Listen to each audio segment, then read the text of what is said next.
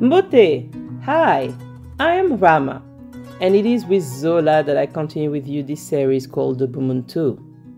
In the previous program, we discussed how we each have the opportunity to ask questions, that we must ask questions, dear Pengi, that you must never stop asking questions as long as you have the opportunity to live on Earth. Because on Earth, if you don't ask questions, checkmate, you're dead. We saw that the basis of critical thinking is questioning.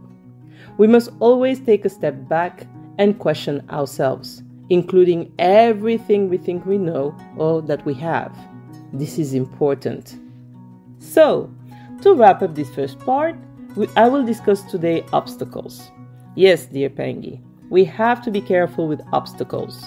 The obstacles that we all face, that we all have.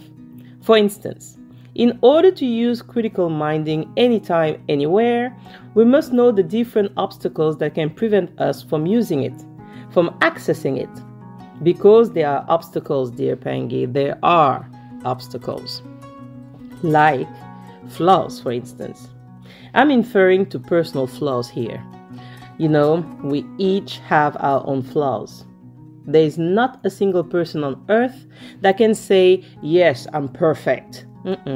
There's no such thing. Every human being has flaws, including myself. So, one has to understand flaws. For instance, here's a flaw out of many. Intellectual arrogance. Yeah. Because you have studied, you think you know everything. And then here's a flaw. And because you think you know everything, you are biased. You're biased and therefore you lack critical mind. You showed facts, well, because it is not in line with what you think. Oh well, it's a no-go. Come on, I'm a doctor in Egyptology. Seriously, what do you think you can teach me? And there you go, bam. Unnecessary intellectual arrogance, blocking you from having critical minding. Thinking that you know everything prevents you from objective judgments. It prevents you from accessing critical mind. And then, dear Pengi, we have laziness. Yes, laziness is an obstacle, dear Pengi. You know you're lazy, all right? And so, as soon as you learn that at the Ki-Mamba school of initiation, we must always check the information, that we must always check the facts, always ask questions, well, since you're master lazy, well, you accept what you're told straight up. It's just simpler. Why bother? If it is said, if they dare talk about it, if they dare write about it, then it must be true. Come on, it was said on TV. Hey, this is the kind of things you hear. Oh, goodness. Nswadi tells you, listen, there are beings from other planets, you know? Oh, all right. Okay, yes. Huh? Why? Oh, well, because Swadi said so. Are you serious? Even Swadi tells you, no, it's not like that. Ask me how I'm going to show you how it's done, how to access it. And Swadi comes and tells you, listen, we can access the world of the dead. Okay. Have you lost a brother? Have you lost your brother? Oh, yeah. Well, Longin Swadi tells you, I can take you to see your dead mother. What?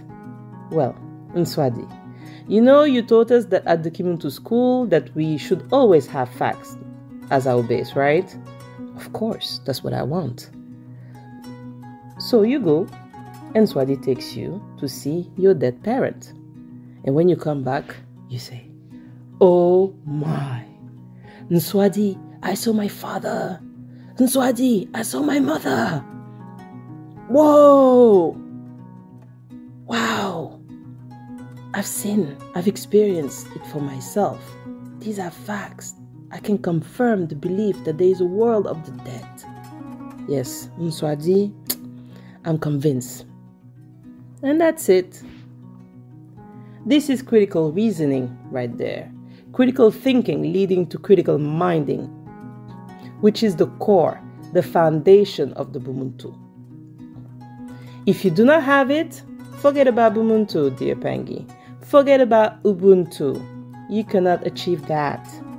You're just going to keep going like another sheep in the block that is manipulated and manipulable.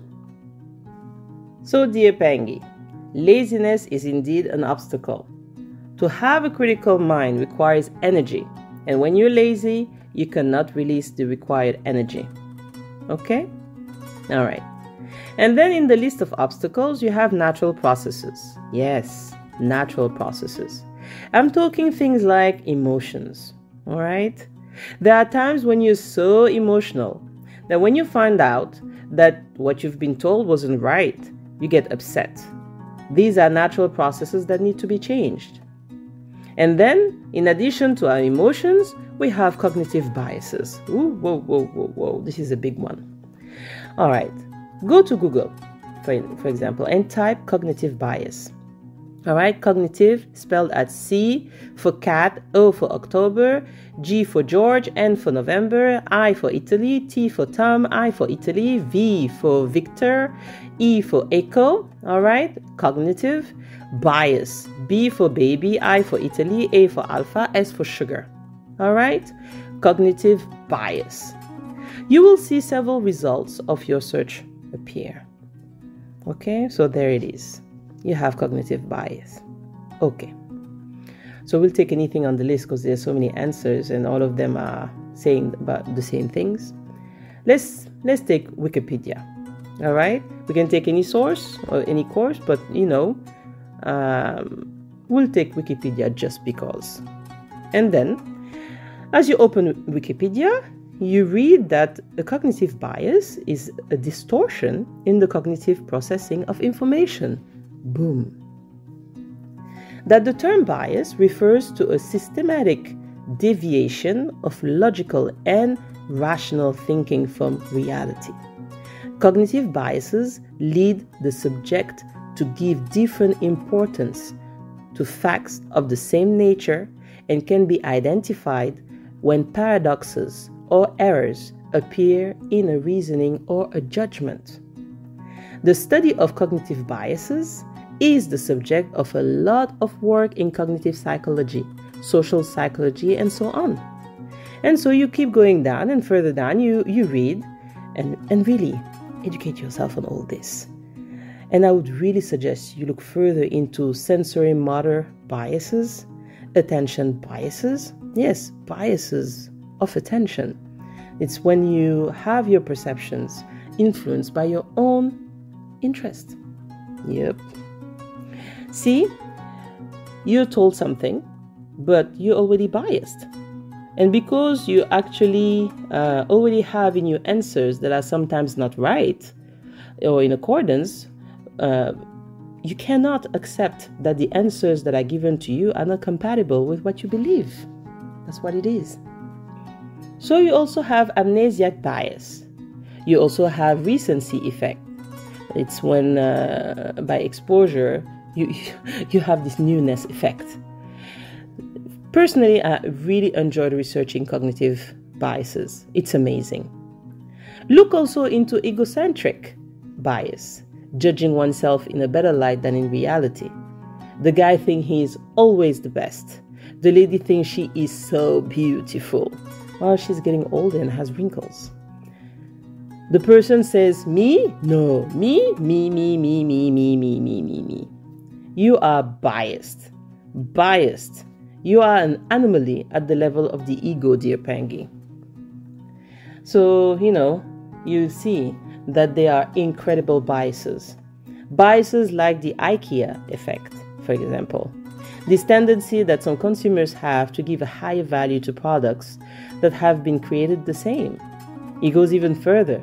The fact that you like IKEA, if someone goes and buy from another company, says Costco, where did you buy this? At Costco. Oh no, IKEA has better ones. Yep, it starts there. The madness. The madness starts there. Hey, oh no, come on my friend. Of those 3 stores right there, this is the best. They tell you. Dear Pangi, we need to change this. Do some investigation. Research on it. It will help us move forward. It is important for each of us to solve this problem of cognitive bias. We have to solve this from within ourselves. Otherwise, no critical thinking, and therefore no access to the BUMUNTU. I cannot do anything about it. It's all about our own filters. So take notice of your own filters. Become aware of them and change them so you can better perceive, all right? And listen carefully. Perceive, pierce, to see, okay? I'm Rama, speaking to you from the land of our ancestors, all the way in Senegal. Listen to the voice of Africa. Jërëjëf, Matondo, and see you next time. Zola.